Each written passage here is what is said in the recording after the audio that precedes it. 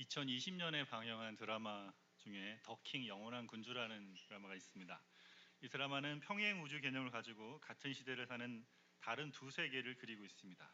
드라마에서 2020년에 대한민국과 같은 시대를 사는 대한제국이 함께 공존합니다. 그래서 이 두 세계의 문이 열려서 그것을 사람들이 오가면서 벌어진 일들이 나옵니다. 대한제국의 수도는 부산에 있고 정부 체계도 대한민국과는 다릅니다. 영국처럼 왕이 있고 또 총리가 통치하는 그 나라만의 법이 있습니다. 여러분, 성경은 예수님 안에서 우리도 마치 이런 드라마에 나오는 것 같은 그런 체계 안에 살고 있다고 말하고 있습니다. 우리는 세상에서 대한민국의 통치 안에 살아가지만 예수님 안에서 하나님의 자녀가 된 우리는 하나님 나라에 속한 자가 돼서 하나님의 통치를 받으며 살아갑니다. 죽은 후에 천국에서 하나님과 함께 거하는 것뿐 아니라 이 땅에서도 그 나라에 속한 자가 돼서 하나님의 통치 아래 살아갑니다. 이 땅에 있으나 예수님 안에서 적용되는 통치의 법은 세상의 방식과는 전혀 다른 법이 적용이 됩니다. 하나님 나라에 속한 자가 되었으니 새로운 법이 적용되는 것이 맞습니다. 사도 바울은 오늘 본문에서 그 법이 뭐라고 말하냐면 생명의 성령의 법이라고 말합니다. 뭐라고요? 생명의 성령의 법이라고 말합니다. 생명의 성령의 법이 우리에게 작동하고 있다라고 이야기했어요. 이것이 어떻게 우리에게 적용됩니까? 복음을 믿는 자에게 행하시는 예수님께서 행하신 모든 일들이 우리에게 전달됩니다. 우리의 죽은 심령을 살려내셔서 하나님의 자녀 되게 하시고 하나님 나라에 속한 자가 되게 합니다. 그래서 그 속한 자로 살게 하는 그 모든 일들을 실제로 이것이 가능하게 하고 실제가 되게 하는 것이 성령께서 일들 우리에게 행하십니다. 성령님께서 예수님이 주신 모든 은혜를 우리의 것이 되게 하고 성령님께서 생명의 성령의 법 안에 살아가도록 이것이 우리 안에 작동하도록 그것을 따라 살아가도록 우리 이끌어 주십니다. 여러분은 예수님 안에서 이 성령님과 함께 살고 계십니까? 성령께서 행하시는 이 일이 여러분의 실제가 되어 있습니까? 만일 여러분이 그것이 뭔지 잘 모르겠어요 라고 한다면 오늘 본문을 주의 깊게 들으실 필요가 있습니다. 그리스도인이라면 반드시 알아야 되고 새겨야만 하는 복음의 진수가 여기에 있기 때문에 그렇습니다. 그래서 오늘은 생명의 성령의 법 안에 살아가십니까? 라는 제목으로 본문을 통해 주신 은혜를 함께 나누기를 원합니다. 첫 번째, 그리스도 안에 있는 사람은 생명의 성령의 법을 적용해 산다입니다. 잘못 적었네요. 자, 1절 2절 말씀 한번 더 보겠습니다. 같이 읽겠습니다. 그러므로 이제 그리스도 예수 안에 있는 자에게는 결코 정죄함이 없나니 이는 그리스도 예수 안에 있는 생명의 성령의 법이 죄와 사함을 보여서 너를 해방하였습니다. 8장을 시작하면서 그러므로 이렇게 시작하죠. 그러므로는 뭐라 그랬습니까? 지금까지 내용을 다 가지고 결론적으로 이러니까 그래서 이렇게 되는 거야 라고 하는 접속사죠. 사도 바울이 말했던 이러니까가 뭡니까? 지금까지 말했던 로마서에 말했던 전체 내용일 수도 있고 앞으로 가까이 보면 7장의 내용일 수 있고 7장의 후반부에 나오는 내용일 수 있겠죠. 지난주에 뭘 나눴어요? 사도 바울이 내가 한 법을 깨달았다 그랬어요. 한 법이 뭡니까? 선을 행하기 원하는 내 마음 안에 뭐가 있어요? 악을 행하는 그런 모습이 또 있다. 이 이중적인 모습을 갖고 있다는 거죠. 예수님 안에서 하나님의 뜻을 따라 살아가고자 하는 선한 마음이 있습니다. 그런데 한편으로 이상하게도 그것을 따라 내가 원하는 것을 따라 살지 못하게 하는 또 다른 무엇인가가 내 안에 있다는 것을 아는 거죠. 그래서 그런 자기 내면을 보면서 사도 바울이 하는 탄식이 뭐였어요?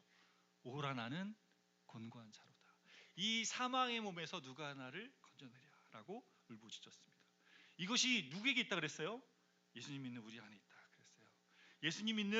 예수님 안에서 죄에 대해서 죽은 자 되어 죄가 우리 안에 죽었다고 선언했으나 그 세력이 여전히 강력하게 남아서 우리를 죄 아래 사로잡아 간다 그랬습니다. 그래서 괴롭다고 그랬어요.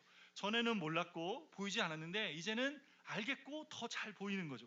성숙한 그리스도인이 될수록 점점 더 민감하게 이런 것이 잘 보인단 말이에요. 모르고는 그냥 할 수 있었는데 알면서도 행하는 것이 정말 괴롭다는 것입니다. 하지 말아야 될 것을 뻔히 알면서도 그렇게 행하는 나를 보면서 괴롭다라는 것이죠. 제대로 신앙생활하는 사람은 자신이 이런 상태로 살아간다는 것을 점점 알아가게 됩니다. 그래서 바울처럼 갈등하고 탄식하며 살아갑니다. 여러분, 믿는 자가 되어서 이런 갈등만 있다면 예수님 믿는 게 도대체 무슨 유익이 있습니까? 라는 생각을 우리가 할 수 있겠죠. 로마서 7장에서 사도 바울은 예수님 믿는 그리스도인의 삶에 대해서 모든 것을 다 말하지 않았어요. 그래서 8장에서 이것을 드러내서 설명합니다. 뭔지. 예수님 믿음으로 두 본성을 지니게 되었기 때문에 어떻게 해야 성령을 따라 살 수 있는지에 대해서 8장에서 지금 설명하는 거예요. 이것이 우리에게 아주 큰 유익이 됩니다. 8장 1절에서 바울의 선언은 그래서 중요합니다. 왜요? 이 말씀은 그런 자리에 있는 자신을 보면서 던지는 사도 바울이 자신을 향한 위로이며 오고 오는 모든 그리스도인들을 향해 던지는 하나님의 큰 위로가 되기 때문에 그렇습니다. 그래서 이 말씀을 반드시 우리는 마음속에 새겨 넣어야 돼요. 이 크고 위대한 선언문, 나에게 주어진 이 선언문을 내 마음 가운데 새겨 놓을 수 있어야 됩니다. 이 위대한 선언이 바로 그리스도 안에서 주어진 하나님의 모든 신비한 역사의 시작이며 그 복의 전부입니다. 사도 바울이 뭐라고 그랬어요? 그러므로 예수 그리스도 안에 있는 자들에게는 결코 정죄함이 없나니 이는 그리스도 예수 안에 있는 생명의 성령의 법이 죄와 사망의 법에서 너를 해방하였음이니라 라고 선포합니다. 그리스도 예수 안에 있는 자에게는 뭐가 없어요? 결코 정죄함이 없어요. 정죄함이 없다는 말은 법적인 용어입니다. 그래서 받아야 할 형벌이 없는 상태를 말합니다. 우리를 고발할 사람이 아무도 없어요. 예수님 안에 있는 사람을 하나님으로부터 사단으로부터 어떤 정죄도 받지 않습니다. 여러분, 이것은 잠깐 놓여졌다가 다시 정죄함에 사로잡히는 것을 의미하는 것이 아니에요. 그리스도인에게 정죄함이란 더 이상 존재하지 않는 것이 되었다는 말입니다. 우리는 보통 예수님을 믿은 다음에 정죄함이 없게 된 것은 우리가 과거에 지은 죄에 대해서만 정죄함이 없어졌다고 생각을 해요. 그래서 예수님 믿어서 구원받은 자지만 우리가 다시 죄를 지으면 그 죄를 고백하기 전까지는 여전히 정죄함에 사로잡혀 산다라고 생각을 합니다. 다시 말해서 여러분, 그런 상태에서 여러분 만일에 주님 앞에 부르심을 받았다, 그럼 어떻게 됩니까? 다시 죄는 지은 상태에서 정죄받으면 그 상태로 구원받지 못하고 죽는 건 아닐까라고 생각할 수 있는 거죠. 여러분, 그게 맞다면 그리스도인이라도 늘 정죄를 받고 놓여지고 정죄받고 놓여지는 것을 계속 반복하며 살아가는 거란 말이에요. 근데 그걸 말씀하는 게 아니라고요. 그리스도 예수 안에 있는 자에게는 결코 정죄함이 없다 선언하고 있잖아요. 그리고 그리스도 예수 안에 있는 생명의 성령의 법이 죄와 사망의 법에서 너를 해방하였다라고 선포하고 있습니다. 놓여졌다, 정죄에서 놓여졌다라고 말하는 것이죠. 과거와 현재와 미래의 모든 죄가 다 놓여진 거예요. 그리스도 안에서 우리가 죄인이라는 죄의 지적질과 죄로 인해 받게 될 형벌이 사라지는 것입니다. 과거에 어떤 죄를 지었든지 현대에 어떤 죄를 짓고 있든지 미래에 어떤 죄를 짓게 될 것이라도 그것으로부터 오는 어떤 죄인이라는 그 지적질과 그 결과인 형벌로부터 우리는 자유케 되는 것입니다. 문제는 어디 있습니까? 문제는 어디 있어요? 8장 1절에 2절에 이 선언을 우리가 잃어버린다는 게 있어요. 예수님 믿은 다음에 우리가 예수님 믿은 다음에 살아가면서 이걸 놓치고 잊어버립니다. 예수님 안에 이 뭐라고 그랬어요? 예수님 안에 있는 사람의 정체성이라고 했어요. 정체성. 내 존재가 누구냐 그럴 때 나는 예수님 안에 있는 사람이고 예수님 안에 연합한 자가 되었고 예수님 안에 거하는 자가 되었어라고 하는 하나님 주신 선언 앞에 머물러야 되는데 이것을 뭐 한다고요? 잊어버려요. 내가 누군지. 내가 누구냐 그럴 때 주님은 까마득히 잃어버리고 내가 누구지 자꾸 찾는단 말이에요. 자꾸 내가 누구지? 내 이름이 뭐지? 나는 왜 살지? 막 이런 걸 찾는다. 주님과 함께해서 주님이 내게 주신 것에 근거해서 거기서부터 내 존재를 생각하고 여기 내가 있구나라고 생각해야 하는데 그것을 놓친단 말이에요. 그걸 놓치면 어떻게 돼요? 그러면 비참해져요. 왜요? 왜 그렇습니까? 아담과 하와가 놓친 게 그거란 말이에요. 우리는 이걸 모르지 않고 알고 있었는데 이걸 놓치는 순간 아담과 하와가 죄를 짓고 하나님 앞에 두려움을 씌운 것 같은 그런 상황대로 돌아가 버린단 말이에요. 그래서 나는 아무것도 아닌 것처럼 여겨지고 나는 정말 비참한 것처럼 여겨지고 나는 정말 아무것도 할 수 없는 것처럼 여겨지는 자리로 가버린단 말이죠. 이것이 왜 그렇다고요? 그리스도 예수 안에 있는 자에게는 결코 정죄함이 없나니를 잃어버리기 때문에 그렇다는 거예요. 마틴 로이드 존스 목사님이 로마서 8장 본문을 설교하시면서 이런 말씀을 하셨습니다. 같이 한번 읽어보겠습니다. 믿지 않는 사람이 죄를 짓는 것과 믿는 사람이 죄를 짓는 것의 차이는 국법을 어긴 사람과 배우자에게 잘못을 하는 사람과 같다. 믿는 사람이 죄를 지으면 법을 어기지는 않았으나 배우자에게 상처를 준다. 이게 다른 것이다. 법이 아니라 사랑 관계에 상처를 준 것이다. 잘못을 했어도 여전히 결혼 관계에 있는 것이다. 배우자에게 상처 준 것은 부끄러운 일이지만 정죄함을 받아서는 안 된다. 그렇게 하는 것은 다시 자신을 율법 아래 두는 것이다. 여러분 이해했습니까? 여러분 이걸 이해했습니까? 이해하셨어요? 이걸 이해하셔야 됩니다. 네. 여러분 법정적인 게 아니라는 거예요. 관계가 되어졌단 말이에요. 그래서 사도 바울이 로마서 7장에 했던 말이 그겁니다. 율법에 대하여 죽었다. 그리고 그리스도께로 간다는 말이 그리스도와 결혼했다는 말이잖아요. 그것이 의미하는 거예요. 이게 관계가 설정이 됐단 말이에요. 예수님 안에서. 그래서 어떻게 합니까? 그래서 죄를 지을 때 우리는 이 법을 잃어버리면 안 된다는 거예요. 하나님이 주신 이 그리스도 안에 주신 이 생명의 성령의 법 안에 있다는 것을 잃어버리면 안 된다는 거예요. 내가 누군지, 나에게 어떤 일을 벌었는지를 반드시 기억해야 된다는 거예요. 우리 안에 어떤 법이 작동한다? 생명의 성령의 법이. 죄와 사망의 법에서 너를 해방하였다. 예수님 안에 있기 전에 작동하던 법은 뭐였어요? 죄와 사망의 법. 여러분 죄와 사망의 법이 뭐예요? 사도 바울이 로마서에서 계속해서 한 말이에요. 뭐예요? 죄를 지은 후에 부패한 심령이 돼서 죄의 세력이 우리의 내면을 어떻게 한다? 주도한다라고 했어요. 자유롭게 살고 싶지만 죄와 사망이 지배하는 영적인 현실 앞에 종처럼 매여서 사막의 세력에 붙잡혀 사는 거죠. 아무도 이 법에 예외 없이 다 그렇게 산다 했어요. 근데 예수님 안에 있을 때 더 이상 이 법이 우리 안에 작동하지 않습니다. 이제는 뭐가 작동합니까? 생명의 성령의 법이 작동합니다. 생명의 성령의 법은 뭐예요? 우리가 죄가 우리를 지적할 때마다 예수님 안에 있는 우리에게는 은혜가 왕노릇해서 죄보다 더 큰 은혜가 그것을 덮은다 그랬어요. 은혜 왕노릇을 나눴습니다. 예수님께 십자가의 죽으심과 부활하심의 자리에 우리도 함께 죽고 살아서 예수님과 연합한 자가 되었습니다. 그래서 죄에 대해서 죽고 율법에 대해서 죽은 자가 되었어요. 이제는 더 이상 죄와 사망의 법이 그 아래 살아가는 사람이 아니라 생명의 성령의 법 아래 살아가는 자가 되었습니다. 로마서 5장에서 7장까지 긴 내용을 사도 바울은 8장에서 이 본문에서 한 번 더 요약해서 이렇게 말합니다. 3절 4절 말씀을 같이 읽겠습니다. 율법이 육신으로 말미암아 연약하여 할 수 없는 그것을 하나님은 하시나니 그 죄로 말미암아 자기 아들을 죄 있는 육신의 모양으로 보내어 육신의 죄를 정하사 육신을 따르지 않고 그의 영을 따라 행하는 우리에게 율법의 요구가 이루어지게 하려 하심이니라.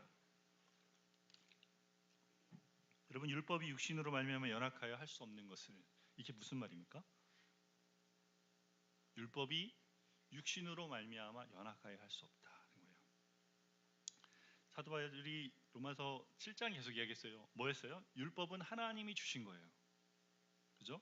그 선한 거라 그랬습니다. 뭘 해야 되는지 알려주니까. 그러나 육신, 우리의 죄된 본성이라 그랬죠. 죄된 본성을 가진 인간을 율법이 구할 수 없단 말이에요. 하나님 주신 그 기준이 우리를 구원해낼 수 없단 말이에요. 그래서 율법은 연약해서 할 수 없어.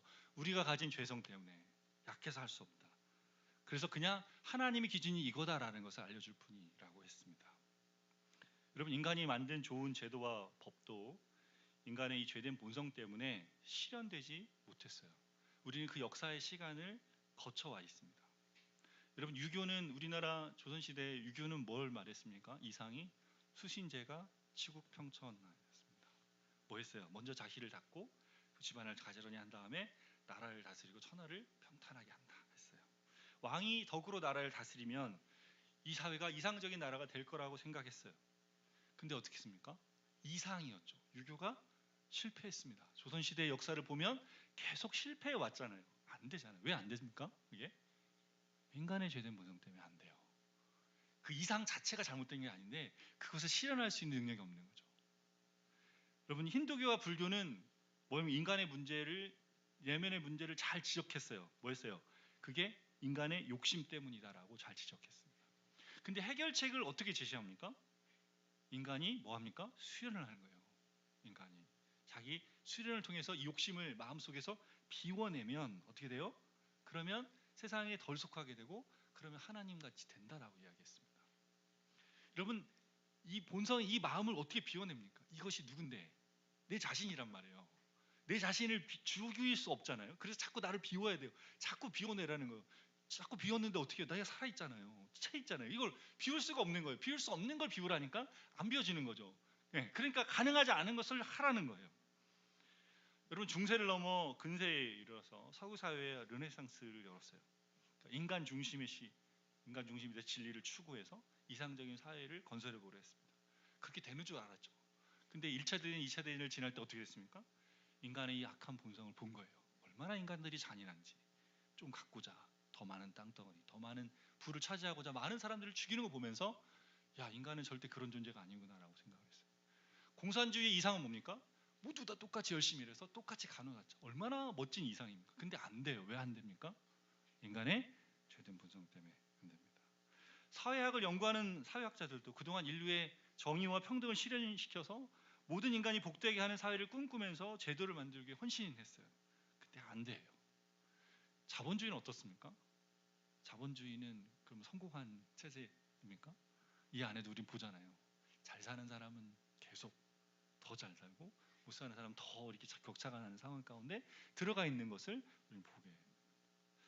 그래서 우리가 만든 뭐가 종교와 철학과 제도 모두가 다 온전치 않아요. 뭐 때문에? 인간의 죄된 본성 때문에 안 된단 말이에요. 그래서 그걸 알고 나니까 뭐예요? 이제 모르겠다. 도대체 못하겠다. 그냥 니네 알아서 살아라. 열심히 살아. 너희들이 자유롭게 하고 싶은 대로 다 하면서 살아. 그러면 니네가 어떻게든 살면 다 잘 될 거야. 열심히 너를 실현시켜 살아라. 이렇게 말했어요. 여러분, 하나님 주신 율법을 가지고도 안 되는데 우리 각자 살면 무슨 일이 벌어지겠습니까? 난리가 날 거예요. 점점 더 난리가 나지 않습니까? 그렇게밖에 될 수 없어요. 안 되는 걸 하라는 거죠. 그래서 하나님께서 이 상황 속에서 뭐 했어요? 율법 외에 한 가지를 더 하셨어요. 뭘 더 하셨어요? 우리의 죄의 문제를 해결하기 위해서 자기의 아들을 죄 있는 육신의 모양으로 이 땅에 보내셨습니다. 예수님 이 땅에 오셔서 우리와 똑같은 모습으로 우리의 몸을 입고 우리와 같은 조건으로 이 땅을 사셨어요. 근데 사시는 동안에 예수님은 뭐 하셨지 않았어요? 죄를 짓지 않고 사셨습니다. 그리고 죄 없이 십자가에 죽으심으로 우리의 모든 죄를 다 씻기셨어요. 그리고 사시는 동안에 철저히 율법을 따라 지켰어요. 율법의 모든 요구를 다 이루셨습니다. 예수님 왜 이렇게 사셨어요? 왜? 첫 번째 아담이 못했던 그 순종을 마지막 아담이 예수님께서 이루시고, 그냥 이루시는 걸로 끝난 게 아니라 그것을 누구에게? 우리한테 주시려고.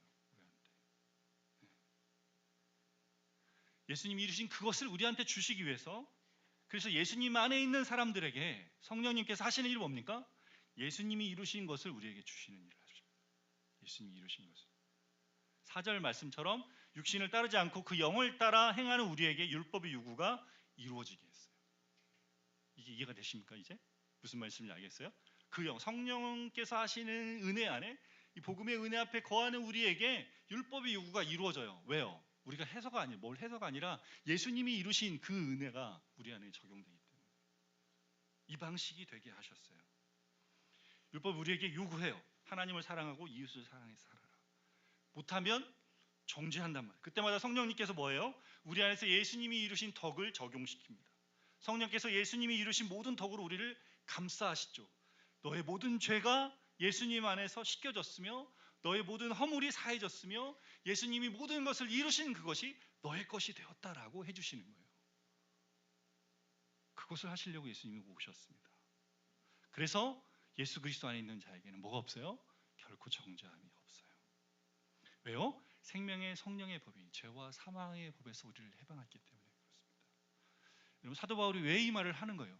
왜 8장 1절 2절에 선언을 하고 있습니까? 7장에 자기의 그 씨름에 대한 답이란 말이에요.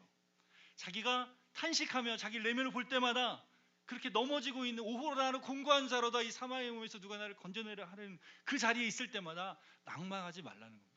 그리스도 안에 있기 때문에 낭망하거나 좌절하거나 무너지거나 낙심하지 마라라는 거예요. 마음에 죄의식이 들어오고 정죄감이 몰려오고 무뎌진 심령이 돼서 죽음 같은 자리를 살고 있을 때 내가 이거밖에 안 되나? 내가 이러고도 그리스도인인가? 나는 왜 이렇게 살고 있나? 나에게는 아무런 소망이 없나? 이런 생각할 때마다 그리스도 예수 안에 있는 자에게는 결코 정죄함이 없나니 이 선언안을 가지고 살아가라. 생명의 성령의 법이 나를 해방했다라는 선포를 가지고 살아가라라는 것이죠. 토요일 아침에 격주로 만나는 분이 계십니다. 이분이 연말이라 가끔 이번 몇 주간 동안 만남을 연기를 좀 하셨어요. 근데 금요일 날 제가 달력을 봤는데 21일 날 모임 이렇게 봤어요. 봤는데 21일이 어제인 줄을 생각 못했어요. 그리고 아침에 일어나서 이제 뭐 하다 핸드폰을 보니까 일정에 그분을 만날 일정이 있었던 거예요. 지나갔어요. 지나간 일정이에요. 그래서 놓친 거죠. 네, 놓쳤는데 뭐 어떡하지? 이렇게 딱 할 때 전에 같으면 제가 이것 때문에 되게 정말 마음에 낙심하고 막 어쩔 줄 모르고 막 이랬는데 먼저 주님께 갔습니다. 주님, 제가 허술합니다.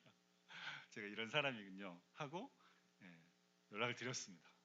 제가 정중하게 말씀드렸습니다. 이렇게 깜빡했다, 이렇게 놓쳤다. 그랬더니 본인도 늦잠 잤다, 본인도 늦었다 이렇게 하셨습니다.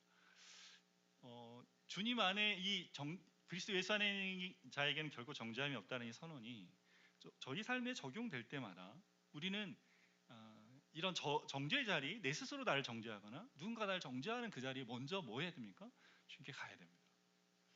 주님 말씀하신 선언 앞에 먼저 머물러야 돼요. 이것이 우리의 존재가 누구인지를 다시 확인하는 자리에 있어야 됩니다. 그리고 나서 다른 사람에게 뭔가 표현해야 할 자리 그 다음에 표현하기 시작해야 돼요. 그러지 않고 하면 어떻게 되냐면 스스로 막 정죄하고 스스로 막 뭔가를 덮고 막 뭔가 만들고 아니면 막 다른 걸로 그 사람에게 뭔가 이상한 짓을 하기 시작합니다. 이상한 모습을 한다든지 내가 표현하고 싶지 않은 말을 한다든지 이렇게 돼요. 뭐 해야 됩니까? 이 선언이 먼저 내 안에 머리로 기억으로 들어와야 돼요. 그리스도 예수 안에 있는 자에게는 결코 정죄함이 없어요. 그리스도 예수 안에 있는 생명의 성령의 법이 죄와 사망의 보에서 나를 해방했습니다. 우리의 내면이 불편해질 때 마음이 요동치는 자리에서 스스로를 정죄하고 그러면서 자기를 변호하고 다른 사람을 정죄할 때마다 우리 자신에게 이 말씀을 들려줘야 됩니다. 어떤 말씀? 이 말씀 같이 해보겠습니다. 1장 여기 없죠? 그러므로 그리스도 예수 안에 있는 자에게는 결코 정죄함이 없나니 이는 그리스도 예수 안에 있는 생명의 성령의 법이 죄와 사망의 법에서 너를 해방하였습니다. 라는 말씀을 들려줘야 돼요. 계속 각인되도록. 여러분 한번 오늘 말씀 듣는 걸로 로마서 8장 1절 2절 말씀을 잃어버리면 안 돼요. 난 오늘 들었어. 그 설교 들었고 알아. 이게 하면 안 됩니다. 그건 아는 걸로 끝날 게 아니에요. 여러분 우리가 오늘부터 성산 주간이 시작이 되는데 말씀이신 예수님께서 우리에게 어떻게 오셨어요? 육신을 입고 오셨어요. 말씀이 육신이 되어 우리 가운데 거하셨습니다. 그리고 우리와 같은 모습으로 사셨어요. 예수님이 왜 그렇게 하셨습니까? 그게 굉장히 불편한 일인데 엄청 불편한 일이에요. 여러분이 선교지만 가도 선교지에 가서 살면 우리나라 뭐 60년대 70년대를 사는 그런 데 같은 데서 살면 엄청 불편함을 느낍니다. 여러분 삶의 환경이 그것만 해도 불편한데 하나님의 영광 가운데 계시다가 우리를 오셨다. 얼마나 불편하시겠습니까? 근데 왜 이렇게 오셨을까요? 말씀이신 예수님이 우리 안에 육신을 입고 오신 것은 예수님의 그 말씀이 우리의 육신이 되게 하기 위해서 그런 거예요. 그 말씀이 우리 안에 들어와서 우리의 실제가 되게 하도록 하기 위해서 오셨어요. 어린 아이로 오셔서 우리와 함께 사시면서 우리의 모든 상황들을 다 체휼을 하셨습니다. 그래서 예수님이 알고 계세요. 우리의 삶의 자리에 우리가 어떤 때 어떤 말씀이 우리에게 필요한지를 알고 계십니다. 그래서 우리에게 예수님이 주신 그 은혜 안에서 우리 안에 생명의 성령의 법이 어떻게 작동하고 거기서 죄와 사망의 법에서 놓여지게 하실지를 알고 계세요. 그래서 어떻게 해야 돼요? 우리는 이 말씀을 새겨놓고 있어야 돼요. 그 말씀이 로마서 8장 1절 2절 말씀이 우리 안에 들어와서 그 말씀이 우리 것이 되게 해야 됩니다. 우리 안에서 내재해서 우리 것이 돼버려서 성령님이 주시는 은혜 안에 계속해서 우리가 거하고 이것이 우리 안에 자연스럽게 적용되도록 이것이 내 것인 것처럼 우리가 주장하고 이 말씀이 우리 것 안에 자리에서 우리의 몸이 되도록 우리 몸 안에 온전히 거하도록 해야 하는 것이죠. 죄와 사망의 법이 나를 사로잡으려 할 때마다 뭐예요? 나는 그리스도 안에 있기에 결코 정죄함이 없다. 나는 생명의 성령의 법 안에 살아간다. 이것이 내 안에 이루어진 거야 라고 우리가 주장할 수 있어야 됩니다. 그게 뭐라고 말하는 겁니까? 말씀의 검이라고 말하는 거예요. 에베소서가 나눴던 전신갑주에서 말하는 하나님 말씀의 검이라는 게 그때 그 상황에 써야 된단 말이에요. 그 말씀이 있어야 되는데 그 말씀이 뭐예요? 이 말씀이 내 안에 있을 때 이 말씀을 사용하는 겁니다. 그럴 때 어떻게 됩니까? 사단의 모든 죄와 사망의 권세가 그 법이 끊어지는 거예요. 우리 안에서. 그렇게 생명의 성령의 법 안에 살아가며 이 말씀이 육신이 되는 은혜를 누리는 저와 여러분 되시길 바랍니다. 두 번째로 그리스도 안에 있는 사람은 성령으로 몸의 행실을 죽이며 산다. 5절에서 8절 말씀을 보겠습니다. 육신을 따르는 자는 육신의 일을, 영을 따르는 자는 영의 일을 생각하나니 육신의 생각은 사망이요 영의 생각은 생명과 평안이니라. 육신의 생각은 하나님과 원수가 되나니 이는 하나님의 법에 굴복하지 아니할 뿐 아니라 할 수도 없습니다. 육신에 있는 자들은 하나님을 기쁘시게 할 수 없느니라. 어떻게 우리는 죄를 극복하고 그러면 성령님을 따라 살아갈 수 있느냐? 이 질문을 우리가 하게 되는데 사도 바울은 본문에서 영의 일을 생각하는 사람이 영을 따라 살아갈 수 있다라고 말합니다. 바울은 여기서 인간을 육신을 따르는 자, 영을 따르는 자로 구분시킵니다. 육신은 뭐라 했어요? 앞에서 말한 대로 죄된 본성, 인간의 옛사람, 자인으로 태어난 모든 사람들을 가리킵니다. 그 사람의 내면 상태를 말합니다. 육신을 따르는 사람은 육신의 일을 생각합니다. 이 말은 늘 죄된 생각을 하고 죄된 행동을 한다는 말은 아니에요. 믿지 않는 사람도 선한 행동을 하죠. 근데 문제는 앞에서 말한 죄와 사망의 법 안에 매여 있기 때문에 그 법칙 안에 살아간다는 거예요. 허물과 죄로 죽은 상태로 영적으로 죽은 상태에 있기 때문에 그 사람의 세계는 닫힌 체계 안에 살아가는 것이죠. 이 땅의 삶이 전부인 것처럼 눈에 보이는 것이 전부인 것처럼 살아갑니다. 예전에는 너는 하늘이 두렵지 않느냐 이런 말을 하면 그래 하늘이 두렵지 그래서 마음에 이렇게 받아들이는 마음이 있었어요. 그래 네 무슨 말인지 좀 들어보자 이런 마음을 가지고 있었단 말이에요. 근데 요즘은 두려워하지 않아요. 왜 두려워하지 않습니까? 하늘에 누가 있든지 내게는 그렇게 중요하지 않다라고 생각하는 것이 사람들 사이에 점점 번져서 사람들이 그런 생각을 갖고 있는 것이죠.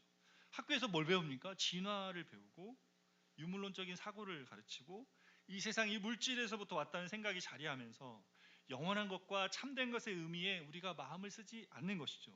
여기에 미국에서 말하는 실용주의적인 사고를 받아들여서 좋은 것이 좋다는 생각을 받아들이면 참되게 따라 살아야 할 가치도 지켜야 할 규범도 또 이익을 따라 이것을 헌신짝듯이 버리듯이 버리며 살아가게 되는 것이죠. 또 한편으로 어떻게 삽니까? 자기가 세우고 그것을 지키며 따르고 있는 도덕과 정의의 기준이 맞다는 것을 생각하며 그것에 동의하지 않는 사람들, 그것에 미치지 못하는 사람들을 무시하며 살아갑니다. 지식이 짧은 사람, 또 돈이 없는 사람, 건강하지 못한 사람을 무시하고 판단하는 것이죠. 그런 생각들이 만연한 개인이나 사회가 보여주는 모습이 바로 뭐예요? 육신의 생각을 따라 살아가는 것입니다. 이렇게 육신으로 생각하는 삶은 말했던 것처럼 두 가지 모습으로 나타나는데 누가복음 15장에 나오는 탕자의 비유에 나오는 것처럼 첫째 아들과 둘째 아들처럼 사는 겁니다. 둘째 아들은 아버지를 떠나 자기가 하고 싶은 대로 다 하며 살았어요. 그렇게 살면 너무 좋을 것 같아서 자기를 얽매이는 가족관계에서 벗어나서 정말 하고 싶은 대로 가진 거 다 펑펑 쓰면서 흥청망청 살았어요. 첫째 아들은 어떻게 살았어요? 그렇게 하지 않았어요. 잘 통제된 삶을 그 착한 모습으로 살았습니다. 아버지의 뜻에 순종해 잘 사는 것 같았는데 어떻게 했어요? 그 사람이 정말 아버지를 사랑해서 산 게 아니라 아버지가 나한테 줄 무엇인가를 바라며 거기에 관심을 두고 살았어요. 자기 의에 갇혀서 동생이 집에 돌아오는 것을 귀하게 여기지 않고 화를 내고 아버지를 곤란하게 했습니다. 바리새인처럼 자기가 세운 기준에 갇혀 살았습니다. 자연적으로 태어난 사람은 어떻게 해요? 이 두 가지 모습을 가지고 산단 말이에요. 두 아들 다 결국 누굴 떠난 겁니까? 아버지를 떠나 독립하고 싶은 것이죠. 윌리엄스 제임스라는 사람이 이런 말을 했습니다. 생각이 바뀌면 행동이 바뀌고 행동이 바뀌면 습관이 바뀌고 습관이 바뀌면 인격이 바뀌고 인격이 바뀌면 운명이 바뀐다 했어요. 여러분 육신의 생각을 계속해서 하면서 살면 어떻게 된다? 뭐가 돼요? 행동을 바꾸게 되고 그것이 습관을 바꾸게 되고 그것이 인격이 돼서 운명을 바꾸게 된다요. 사도 바울이 그래서 육신의 생각이 가져오는 결과가 뭐예요? 사망이라고 해요. 육신의 생각은 사망이에요. 그 결과가 그렇다는 말이에요. 영적으로 이미 죽은 상태로 태어나서 이 세상을 사는 동안에 참 생명이 무엇인지 참으로 산다는 것이 무엇인지 모른 채 죽은 상태로 살다가 영원히 멸망받는 사망에 이르게 된다는 것입니다. 7절 말씀처럼 그런 생각은 뭐요? 하나님과 원수가 됩니다. 하나님의 법에 굴복하지 않고 굴복할 수가 없어요. 왜요? 육신에 속한 사람은 스스로 자기가 주인이란 말이에요. 자기가 주인이니까 하나님의 법에 굴복한다는 뭐예요? 하나님의 다스림, 예수 그리스도를 통해 주시는 그 다스림 안에 들어가야 되는데 그게 싫은 거예요. 그거 받아들이고 싶지 않은 거죠. 그래서 어떻게 해요? 하나님 주신 생명의 성령의 법을 받을 수 없어요. 그분의 생명의 주권을 통치를 받으며 살아가는 그 안에 자기를 둘 수가 없습니다. 이와는 다르게 예수님 안에 있는 사람은 영을 따르며 영의 생각을 하며 살아갑니다. 영의 생각이 뭘까요? 영의 생각. 너무 어렵죠. 영의 생각. 내가 영의 생각을 어떻게 알아? 영의 생각을 어떻게 따라 살아? 여러분, 영은 성령님이세요. 성령님이 우리에게 주시는 생각. 이것이 영의 생각. 성령님께서 우리에게 어떤 생각을 주십니까? 성령님 도대체 어떤 생각을 주실까요? 네. 요한복음 14장 26절에 예수님이 성령님이 우리 안에서 뭘 하시는지 말씀하셨어요. 우리 같이 읽어볼까요? 보혜사 곧 아버지께서 내 이름으로 보내실 성령 그가 너에게 모든 것을 가르치고 내가 너에게 말한 모든 것을 생각나게 하리라. 성령님이 오셔서 우리 안에 거하시며 우리에게 하시는 게 뭐예요? 예수님이 가르치신 예수님의 말씀을 생각나게 한다. 그리고 예수님께서 우리에게 이루신 일이 무엇인지를 계속해서 생각나게 한다는 거예요. 그분이 오셔서 하는 일이 그거예요. 예수님 우리에게 이루신 일이 뭔지를 우리 안에서 생각나게 해요. 그래서 뭐예요? 가르쳐 주세요. 알게 하세요. 보여주시고 분별하게 하세요. 예수님의 말씀과 예수님이 행하신 것이 우리 삶에 적용되게 하시는 분이십니다. 성령님은 이 생각으로 우리가 살아가도록 이끌어 주세요. 성령이 생각하게 하는 것으로 우리 마음을 채우는 것이 영을 따르는 것입니다. 영을 따르는 거예요. 그러면 영을 따르면 어떤 열매가 맺힙니까? 영의 생각은 생명과 평안이라 말하는 거죠. 영의 생각은 성령이 주는 생각을 따라 살면 거기에 생명이 있고 평안이 있어요. 영의 생각을 하고 사는 거예요. 육신의 생각은 뭐다? 죽음을 가져오는데 영의 생각은 생명과 평안을 줍니다. 여러분, 그러면 우리에게 주신 믿음이다. 예수님 믿고 구원받는다. 복음은 굉장히 단순한 표현이지만 뭘 동반해야 하는 거예요? 사고를 동반하는 사고를. 생각을 동반하는 겁니다. 생각하려면 뭐가 있어야 됩니까? 생각할 내용이 있어야 되죠. 저희가 지금 말씀을 왜 로마서를 이렇게 한 장씩 하나씩 해가는 거예요? 한 장 한 장이 다 의미가 있단 말이에요. 그래서 이 전체가 로마서를 읽고 나면 어떻게 돼요? 복음, 그러면 복음이란 단어는 하나지만 복음이 가진 내용을 이제 내 안에 믿음의 체계로 갖게 되는 거예요. 성령의 영의 생각을 알았지. 그러면 생명과 평안이라 그랬지. 여러분, 이 로마서 8장 5절 6절 말씀은 올해 암송구절이죠. 계속 암송했죠, 그죠? 근데 암송할 때랑 이 본문을 통해 보니까 어떻습니까? 말씀이 톡히 드러난단 말이에요. 그러니까 우리는 이걸 그냥 암송하는 거 생각하지만 사실 본문 속에서 이 본문이 말하는 이 말씀이 의미하는 바가 우리 안에 들어올 땐 이 말씀이 우리에게 검처럼 사용된단 말이에요. 내가 육신의 생각을 하고 있는지 성령의 성격을 하고 있는지를 분별해야 돼요. 그 순간에 내가 육신의 생각을 내 혼자 살고 있구나. 내가 또 이 안에 나 혼자 사는 것처럼 살고 있구나. 육신의 생각은 뭐다? 사망인데 이걸 가면 안 되지. 성령의 영의 생각, 성령의 생각은 어디? 예수님 주신 복음을 생각하는 거. 그 앞에 있으면 생명과 평안이 있다 그랬지. 마음이 막 불편해, 엄청 죽을 것 같아, 두렵고 막 잠깐 이게 아니고 이거야. 영에 따라 생각하는 그 자리에 있을 때 어떻게 됩니까? 우리 안에 생명과 평안이 자리하게 된단 말이에요. 그것을 따라 우리가 살아가게 된다는 거죠. 그래서 뭐 해야 돼요? 생각이 바뀌어진 거예요. 생각이 내가 누구냐, 내가 뭘 위해 사느냐, 내가 뭘 힘써야 되느냐, 어디로 가느냐, 이 생각이 점점 바뀌는 거예요. 그리스도 안에서. 9절 10절 말씀 보겠습니다. 만일 너희 속에 하나님의 영이 거하시면 너희가 육신에 있지 아니하고 영에 있나니 누구든지 그리스도의 영이 없으면 그리스도의 사람이 아니라. 또 그리스도께서 너희 안에 계시면 몸은 죄로 말미암아 죽은 것이나 영은 의로 말미암아 살아있는 것이니라. 그리스도의 영은 성령님이죠. 성령이 없는 사람은 누구도 그리스도인이 될 수 없습니다. 제 말이 아니라 말씀이죠. 그리스도의 영이 있지 않는 사람은 그리스도인이 될 수 없어요. 성령님은 하나님의 영이시고 그리스도의 영이십니다. 요한복음 3장에 예수님은 영적으로 다시 태어나는 것에 대해서 말씀하셨어요. 바람이 임의로 불매 어디로 와서 어디로 가는지 알지 못하나니 성령으로 난 사람도 이와 같다 그랬습니다. 바람이 임의로 불매. 바람은 불고 있어 그랬어요. 바람이 부는 걸 어떻게 한다고? 이파리가 이렇게 나부기는 거 보면 알아요. 근데 그 바람이 어디서 어떻게 부는지 몰라요. 그런 것처럼 성령으로 난 사람도 그렇다는 건 뭐예요? 성령께서 임의로 그분의 능력과 그분의 주권으로 우리를 살려내는 일을 하신다는 거예요. 그래서 우리는 태어나는 순간, 영적으로 다시 태어나는 순간 우리가 태어났다는 걸 아는 사람도 있어요. 감각하는 사람이 있어요. 큰 은혜 주시기 때문에 내 안에 감당할 수 없는 은혜를 부으시는 사람은 자기의 존재를 깨닫고 등을 굴기도 하고 엄청 울기도 하고 그렇게 하나님 앞에 내가 다시 태어났구나라는 것을 깨닫는 사람도 있습니다. 그러나 중생은 우리 안에 우리의 그 의식의 기적 가운데 일어나기 때문에 내가 중생했는지 아니는지 아직 모르는 사람이 있을 수도 있어요. 이미 태어났는데도 내가 태어났는지 모르는 사람이 있을 수 있습니다. 그런데 중요한 건 뭐예요? 그러면 내가 정말 공부하는 사람 맞습니까? 이럴 때 성경이 말해요. 성령이 아니고서는 아무도 예수님을 주라 고백할 수 없다. 그러니까 내가 예수님을 정말 마음에서 예수님이 주님 되십니다를 고백하고 있다면 다시 태어난 사람인 게 맞아요. 우리는 말씀을 믿어야죠. 그죠? 맞아요. 그러면 어떻게 해요? 내 안에 누가 거하십니까? 성령께서 거하십니다.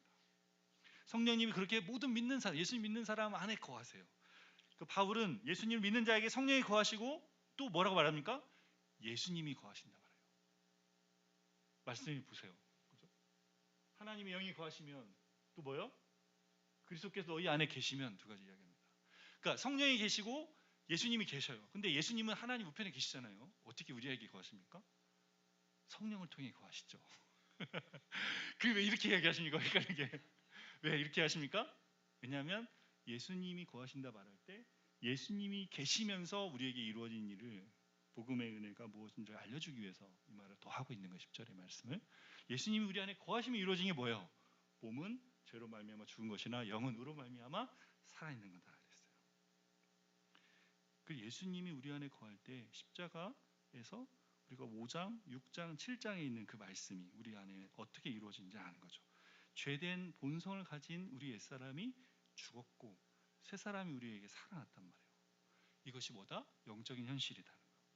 죄와 싸워서 이길 수 있는 힘이 그래서 우리 안에 능력이 우리 안에 자리하게 되었다. 의에 대해 살았다는 말이 그 말이라고 그랬죠? 이제 자리하게 되었다. 그래서 사도 바울이 이제 말하는 거예요. 이걸 다 가지고 여러분 이걸 다 가지고 12절 14절 읽어야 됩니다.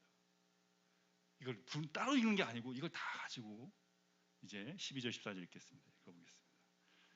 그러므로 형제들아 우리가 빚진 자로 돼 육신에게 져서 육신대로 살 것이 아니니라. 너희가 육신대로 살면 반드시 죽을 것이로되 영으로서 몸의 행실을 죽이면 살리니 우리 하나님의 영으로 인도함을 받는 사람은 곧 하나님의 아들이라.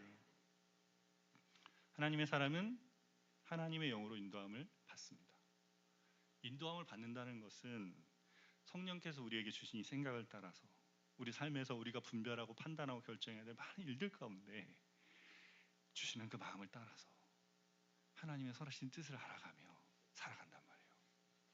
인도함 받는 거예요. 영의 생각, 복음의 진리로 내가 누구인지를 알며 그것을 따라 살아간다는 것이죠. 여러분 우리가 빚진 자로 돼 그렇게 말해요. 무슨 빚을 졌습니까? 누구에게 빚졌어요? 예수님께 빚졌단 말이에요. 예수님께 빚졌어요. 예수님이 이 땅에 오실 때 뭘 놓고 오셨습니까? 자기가 가지신 모든 영광을 다 놓고 오셨어요. 그분의 말할 수 없는 부유함과 존귀함과 영광과 아름다움 그 모든 걸 다 놓고 오셨어요. 왜? 우리 위해 고난 받으시고 죽으셨어요. 그래서 우리는 빚졌어요. 예수님께 빚졌습니다. 이 생명에 대해 이 삶에 대한 이 새로운 삶에 대한 빚을 진 거예요. 갚을 수 없는 빚입니다. 갚을 수 없는 빚이라고 그랬어요. 빚지는 거라고 해요. 그래서 어떻게 해요? 더 빚지지 말라는 거예요. 더 빚지지 말라고. 육신에게 져서, 육신에 져서 육신에게 져서라는 육신에 져서는 육신에게 패배해서라는 말이 아니에요. 그럼 우리가 본문을 잘못 읽으면 이렇게 되는데, 원문에는 져서라는 말이 없어요. 디필이라는 패배했다는 말이 없습니다. 구절이 없어요. 그래서 이게 넣은 건데 뭐냐면 육신에게 빚져서라는 말이에요. 육신에게 계속 빚져서 육신대로 살지 말라는 거예요. 육신에게 빚진 자로 살지 말고 예수님께 빚졌잖아요. 근데 더 예수님께 또 빚지지 말고 주신 은혜를 가지고 살아라는 거예요. 우리가 죄 가운데 또 들어가면 어떻게 됩니까? 육신에게 지면 어떻게 됩니까? 또 예수님의 은혜 어떻게 돼요? 또 빚져야 됩니다. 그죠? 네. 그리고 자꾸 육신 안에 살면 육신에게 빚진 자로 살지 말라. 빚진 자로 살지 말라 하는 거예요. 그래서 어떻게 해요? 이제부터는 육신에게 빚져서 육신대로 살면서 예수님께 더 많이 빚지지 말자. 그만큼 졌으면 되지 않냐. 그만큼 졌으면 되지 않냐.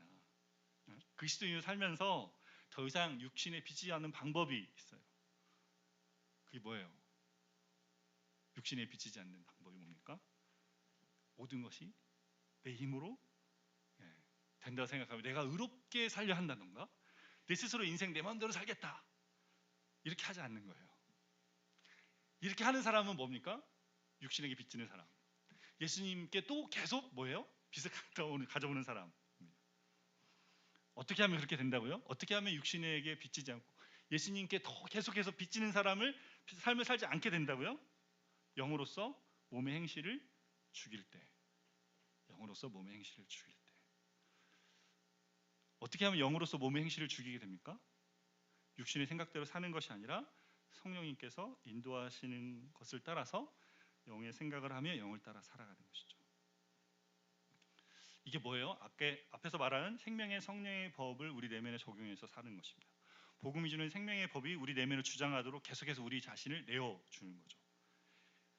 이 일을 성령님께서 하시도록 성령께서 깨닫게 하시기를 구하고 성령께서 가르쳐 주시기를 구하고 성령의 충만함을 구하고 성령의 인도함을 따라 살아가는 것입니다.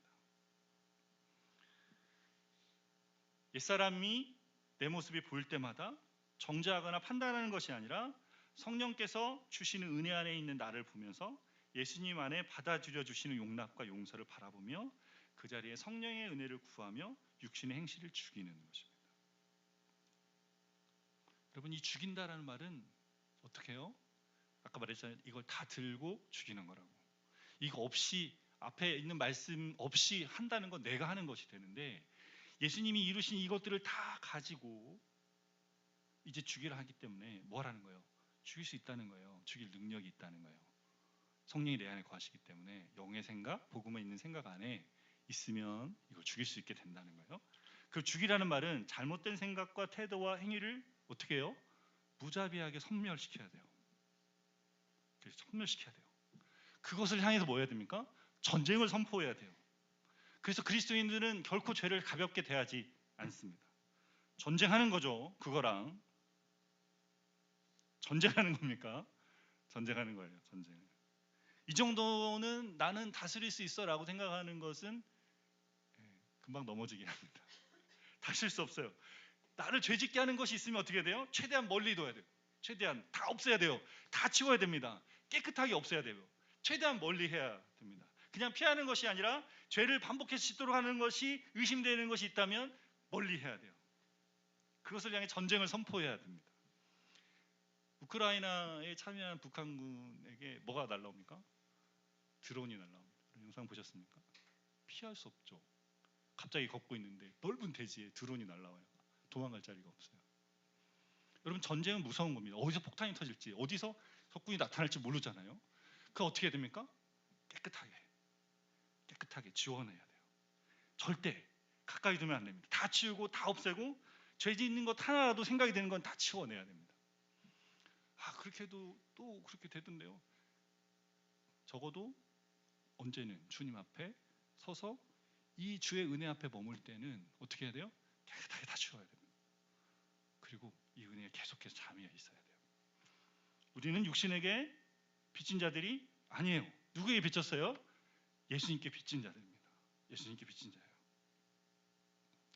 여러분, 예수님이 우리에게 베푸신 그 일들을 무효로 만들지 마시기 바라요. 죄는 우리 자신이 받을 빛이 있는 사람인 것처럼 자기 연민으로 우리를 속입니다. 자기 연민으로 우리를 속여요. 인생에서 나는 받을 몫이 있어. 나는 힘들게 살았고, 나는 필요한 만큼 갖지 못했고, 나는 누리지도 못했어. 그래서 하나님이 나에게 좀 잘해주셔야 되고, 다른 사람들도 나한테 좀 잘해줘야 돼. 내 인생이 내가 얼마나 힘든지 알아?